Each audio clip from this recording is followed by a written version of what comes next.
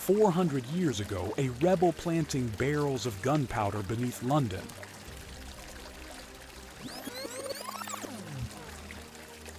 Centuries later, a guerrilla igniting the fire of revolution in the mountains of Latin America. Two rebel souls, two different methods, but the same rage. Guy Fawkes and Che Guevara stand before you today. Which one left a greater mark on the modern world? 5th of November, 1605. 36 barrels of gunpowder beneath London's Parliament. Guy Fawkes waits, match ready, to change history. In 13th century England, being Catholic means death. King James persecutes Catholics, leaving believers like Fawkes in grave danger and desperate. Born to a Protestant family in York, Guy changed after his mother's Catholic marriage. A Jesuit priest showed him a new path. Fawkes went to Spain for the Catholic cause. Known for his courage in battles, comrades respectfully called him Guido. In England, wealthy Catholic Robert Catesby plans to blow up the Parliament building and assassinate King James. Catesby secretly gathered with trusted friends, Thomas Percy, Winter, John Wright, all Catholics, all furious and ready for action. In 1604, the conspirators found Guy Fawkes. They needed his military experience and explosives knowledge. Guy accepted the mission. The first plan was digging a tunnel beneath Parliament. They worked for months, hands bloodied. But this plan was difficult, risky, and slow. Thomas Percy seized a great opportunity and rented the cellar beneath Parliament. No need to dig tunnels anymore. The perfect solution arrived. Guy Fawkes occupied the cellar under the name John Johnson. At night, they began transporting gunpowder by boat across the Thames. Months passed. The cellar filled up. 20, 30, finally, 36 barrels of gunpowder. They camouflaged everything with coal and firewood. November 5th approached. Guy made final preparations. Fuse ready, match in hand. The plan was simple. Light it, cross the Thames, escape forever. On October 26th, everything changed. Lord Monteagle received a mysterious letter warning him not to attend Parliament that day. When Monteagle delivered the letter to authorities, King James immediately sensed something. He waited until the very last moment to strike. On the night of November 4th, royal guards moved into action. They searched Westminster. At midnight, they found Guy Fawkes in the cellar. When caught, Guy remained calm and defiant. Surrounded by gunpowder barrels, he insisted his name was John Johnson, and there was a mistake. When other conspirators heard the news, they fled London. Catesby, Percy, and the rest. But escape was futile. All would be captured soon. Catesby and Percy fought their final battle in Staffordshire. They resisted with weapons but failed. Both were shot down in the fight. Guy Fawkes was tortured in the Tower of London. He resisted for days, then broke under torture. He gave up his friends' names, but his courage remained unbroken. January 27th, 1606. Guy Fawkes and his companions were tried. Their crime was treason. The punishment was the most merciless death. January 31st, Execution Day. Guy begged the king for pardon from the gallows, but he never abandoned his Catholic faith, resisting until the very end. Guy Fawkes jumped from the scaffold and broke his neck. He shortened his own suffering. His body was torn apart and sent in 4 directions. But his story didn't end. Every 5th of November in England, fires are lit and fireworks launched. Guy Fawkes' effigies burn, remembering this symbol of freedom and defiance.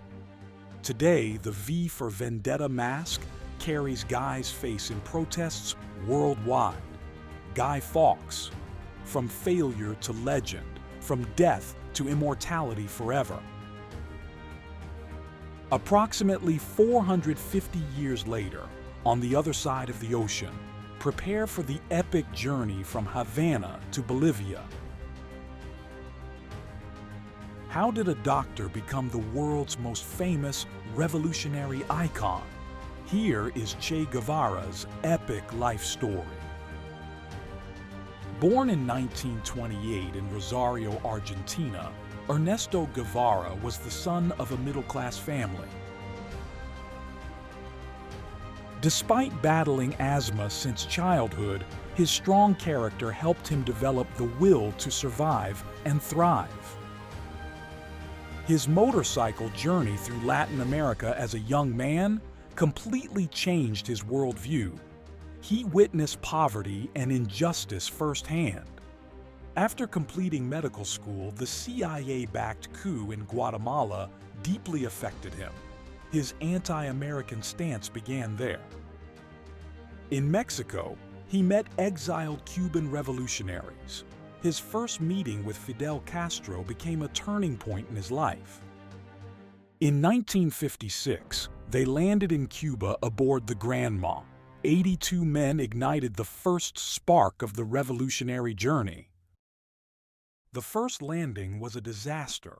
Most of his comrades were killed. Only 15 survivors reached the Sierra Maestra Mountains.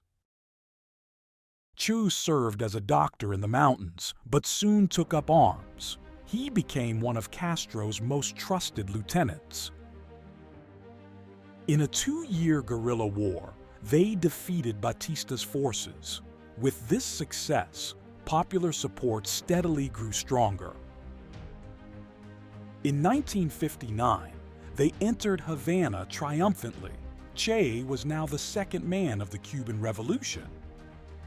After the revolution, he became president of Cuba's National Bank. He challenged capitalism by signing banknotes simply as Che. As Minister of Industry, he worked to transform Cuba's economy. He championed the ideal of the new socialist citizen. He wrote his book, Guerrilla Warfare. This work became the handbook for revolutionary movements worldwide. In 1965, he left Cuba. He went to Africa for world revolution, but failed in the Congo struggle. After returning from Congo, he hid secretly in Prague. He prepared plans for new revolutionary campaigns. In 1966, he fled to Bolivia beardless and bald. He wanted to make the Andes the second Sierra Maestra. Initially, he formed a guerrilla group of 120 fighters.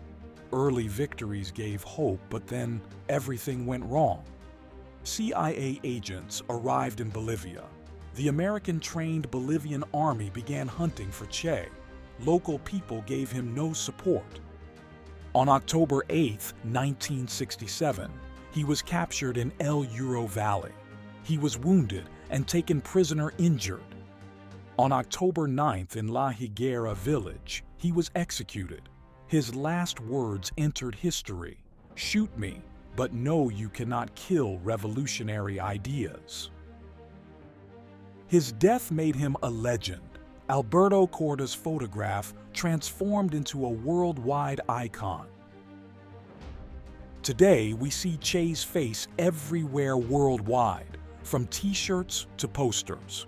He became the symbol of rebellion and freedom. Che Guevara began his struggle as a doctor and became one of history's most recognized revolutionary icons. His inspiring legacy remains. Which story do you think is more impressive? We're waiting for your comments and subscription to our channel. If you enjoyed this video, you can also watch the same video or similar content in different languages. You can find the access links to our channels, which we broadcast in English, German, Spanish, French, and Turkish, in the description area.